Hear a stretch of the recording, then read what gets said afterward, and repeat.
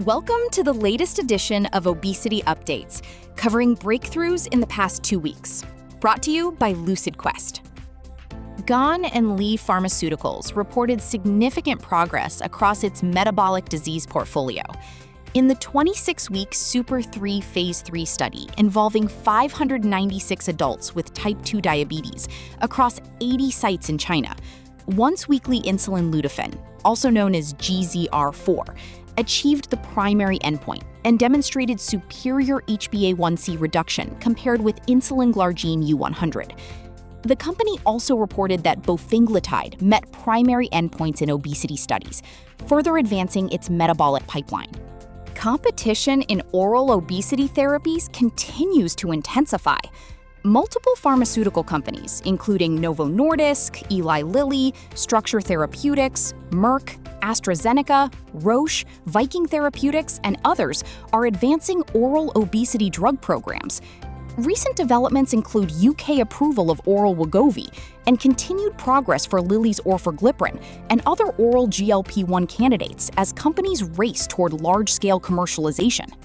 InBody announced that its China business will support weight management centers in pharmacies and hospitals through a partnership with an unnamed global pharmaceutical company.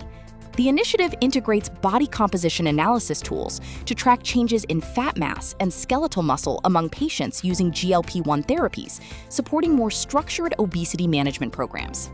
New public health data from South Korea showed adult obesity reached 34.4% in 2024. Rates exceeded 50% among men in their 30s and 40s, highlighting the growing burden of obesity and reinforcing the need for effective prevention and treatment strategies. Hanmi Pharmaceutical continues preparations for the potential launch of its weekly Efpeglenatide autoinjector in South Korea. The company is targeting regulatory approval and launch in the fourth quarter of 2026.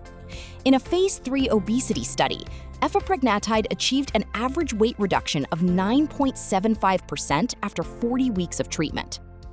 Novo Nordisk indicated that it expects to submit oral Wegovy for regulatory approval in China very soon. The move positions the company in a rapidly expanding obesity market and follows competitive activity from Eli Lilly, which has also advanced its oral obesity program in China. Hanmi Pharmaceuticals highlighted manufacturing readiness for Efpeglenatide during an analyst visit to its Pyeongtaek bio plant. The company stated that the facility can produce up to 20 million pre-filled syringes annually, supporting future commercialization plans and broader supply capabilities. Novo Nordisk Korea outlined its strategy for expanding access across rare blood and endocrine diseases. The company highlighted therapies including Novo 7RT, Norditropin, and Sogria, while emphasizing ongoing efforts to strengthen evidence generation, reimbursement support, and patient access in South Korea. Stay ahead in obesity research. Like, share, and subscribe for our updates.